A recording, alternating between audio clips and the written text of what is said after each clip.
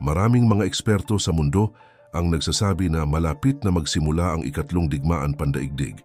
Ito ay dahil sa kabi-kabilang kaguluhan sa mundo, tulad ng giyera sa Ukraine na kinasasangkutan ng Russia at mga bansa sa kanluran.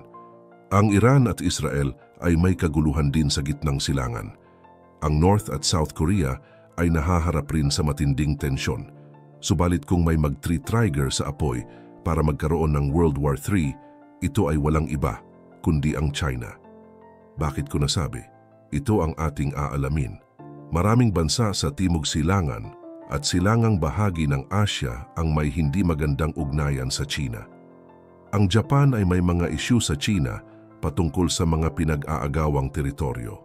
Habang ang mga bansa sa Timog Silangan tulad ng Pilipinas, Vietnam, Malaysia ay kaaway rin ng China dahil sa kaparehas na rason. Ito ang nakikitang dahilan kung bakit namumuuna ang mga galit ng mga kalapit na bansa sa China. Sa hindi kasi maipaliwanag na dahilan, maraming mga isla ang gustong makuha ng bansang ito na para bang inaangkin na ang lahat ng teritoryo sa mundo na parang sa kanila talaga. Subalit kung may bansa na nagpapainit ng dugo sa China, ang Taiwan ito. Ang Taipei ay may matinding alitan sa Beijing dahil hindi kinikilala ng China ang pagsasarili nito. Naniniwala pa rin sila na dapat mainland China pa rin ang Taiwan at ang mga batas at pulisya sa islang ito ay naayon sa batas ng Chinese government. Subalit matagal nang naging independence na bansa ang Taiwan at ayaw na nitong sumunod sa China. Pero balikan muna natin kung paano nga ba humiwalay ang maliit na islang ito sa China. Noong panahon ng pananakop ng mga Japanese, ang maliit na isla na tinatawag ngayon na Taiwan ay okupado ng mga Hapon. Ito ay tinawag na Republic of China o ROC, itinatag noong 1912 sa mainland China. Noong panahong iyon, ang Taiwan nga ay nasa ilalim ng imperyo ng Hapon bilang isang kolonyal na teritoryo. Ang kung pagbabasehan ng kasaysayan mismong ang China ang nagbigay nito sa Japan bilang resulta ng 1895 Treaty of Shimonoseki, kung saan ibinigay ng Qing Dynasty ang Taiwan sa Japan para itong pagbenta ng Spanish government sa Amerika sa Pilipinas noong late 90s noong 1945.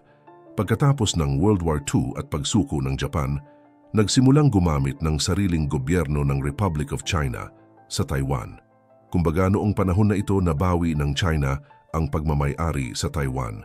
Noong 1949, nagkaroon ng malawakang giyera at kaguluhan sa China. Tinawag itong panahon ng digmaang sibil sa Chinese Communist Party. Ito ang naging simula ng paglipat ng gobyerno ng ROC sa Taiwan. Dahil dito, ang Taiwan at China ay hiwalay na pinamamahalaan ng iba't ibang administrasyon. Ang ROC ay nagpapanatili ng pangkalahatang kontrol sa pangunahing isla ng Taiwan at ilang iba pang malalayong isla. Samantala, ang mga awtoridad sa Beijing ay hindi kailanman gumamit ng direktang soberanya sa Taiwan o alinman sa mga isla na pinangangasiwaan ng ROC. Ang masalimuot na kasaysayang ito ay humantong sa isang sitwasyon kung saan ang Taiwan at China ay nahahati sa politika na ang bawat isa ay pinamamahalaan ng isang hiwalay na pamahalaan na nagsasabing sila ang lehitimong kinatawan ng China. Ang isyu ng katayuan ng Taiwan ay nananatiling isang kontrobersya at sensitibong usapin sa internasyonal na relasyon. Gusto na kasi ng Taiwan na humiwalay talaga sa China at magkaroon ng sarili nitong prinsipyo bilang hiwalay na bansa. Subalit ayaw ito ng Beijing dahil naniniwala sila na ang Taiwan at parte ng mainland China. Sa makalipas na panahon, naging matindi ang kanilang pagtutunggali at away. Humantong na nga ito sa mga pagbabanta ng China na sasakupin ang Taiwan. Naniniwala ang mga eksperto na talagang sasakupin ng China ang Taiwan at naghahanda lamang ito ng tamang pagkakataon.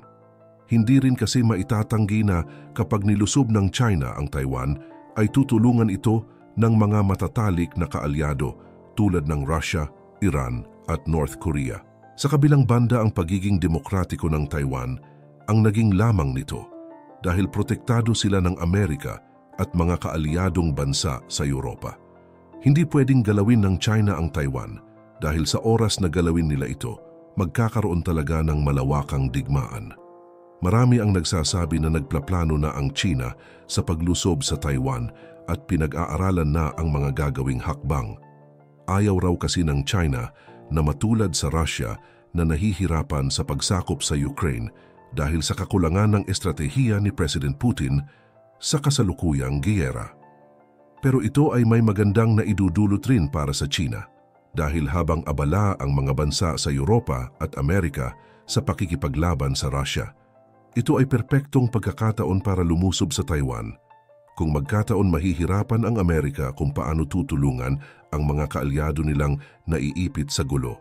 Aysa rin sa masasabing lamang ng China ngayon ay napag-aaralan na nila ang mga galaw ng mga kanluraning bansa at Amerika dahil nga sa nangyayaring sigalot sa Ukraine.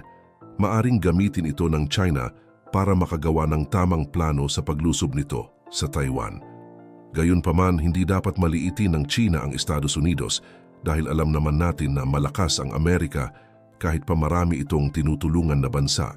Pero bakit nga ba hindi malusob-lusob ng China ang Taiwan kahit sobrang liit naman ng islang ito?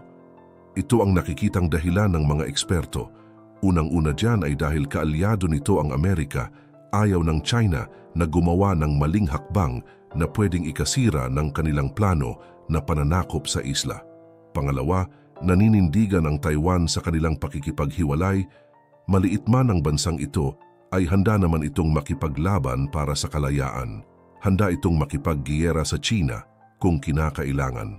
Pangatlo, gustong makuha ng China ang Taiwan para mabawi nito ang isla at mapakinabangan. Hindi layunin ng China na sirain ang Taiwan, bagkus gusto nitong mabawi ang bansa. Sa madaling salita, kahit pa ilang beses na sinabi ng China na makikipagdigma sila sa Taiwan, para makuha ito ay isinasaalang-alang pa rin nila ang mapapakinabangan nila sa bansa. Mismong si Chinese President Xi Jinping na ang nagpahiwatig na lulusubin nila ang Taiwan para matapos na ang pagmamatigas nito. Hanggang ngayon ay wala pa ring nasisimula ng bansa. Mayroong pananaw na pinanghahawakan ng ilang eksperto na maaaring tignan ng pinuno ng China na si Xi Jinping ang digmaan bilang pinakahuling opsyon para sa paglutas ng isyu sa Taiwan. Ang mga may hawak ng pananaw na ito ay madalas na nangangatuwiran na si Xi ay maaaring naiinip na sa mabagal na aksyon ng kanyang mga militar patungkol sa isyu. Iminumungkahi din ng ilan na ang mga hamon sa ekonomiya ng China ay maaring lumikha ng isang sensitibong dahilan para sa isang digmaan sa Taiwan. Gayunpaman, mahalagang tandaan na hindi natin tiyak ang mga prioridad ni President Xi Jinping. Dahil sa ngayon focus siya sa pagpapalakas ng kanyang puwersa sa rehiyon. Sa kabila ng malaking arsenal ng China ng mga modernong barkong pandigma, sasakyang panghimpapawid at mga missiles, kasalukuyang hindi nagtataglay ang Beijing ng antas ng superioridad ng militar na masasabing masisiguro ang tagumpay kung sakaling ang matutuloy ang pagsalaki. Lalo na kung isasaalang-alang ang posibilidad ng paglaban din mula sa hanay ng Estados Unidos at Japan. Maraming hamon ang haharapin ni Xi, kabilang ang tungkuling maghatid ng sapat na puwersa at supply sa Taiwan Strait habang nilalalabanan ang mga balakid na dulot ng mga militar ng Taiwanese, US at Hapon tulad ng mga barko, missiles, submarine at drone. Pinananatili ng Beijing ang posisyon na mayroon lamang isang China at isinasaalang-alang ang Taiwan bilang isang hindi mapaghihiwalay na bahagi nito. Ang People's Republic of China, PRC, ay kinikilala bilang ang tanging lehitimong pamahalaan na kumakatawan sa China at ang paninindigang ito ay tinutukoy bilang ang One China Principle. Ayon sa prinsipyong ito, nilalayon ng Beijing ang tuluyang pagsasama-sama ng Taiwan sa mainland.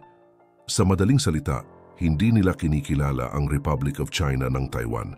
Sa ilalim nito, hindi tinatanggap ng Beijing ang ideya ng Taiwan bilang isang malayang soberanya at tunay na ibang estado. Sa halip, itinuring nito ang Taiwan bilang isang taksil na lalawigan na kailangang ibalik sa ilalim ng kontrol ng sentral na pamahalaan. Ang paninindigan ng Beijing sa prinsipyo ng One China ay isang pangunahing aspeto ng patakarang panlabas nito at naging gabay nito sa pakikipag-ugnayan nito sa ibang mga bansa at internasyonal na organisasyon. Mahalagang tandaan na ang pamahalaan sa Taipei, ang kabisera ng Taiwan, ay nagpapanatili ng ibang pananaw.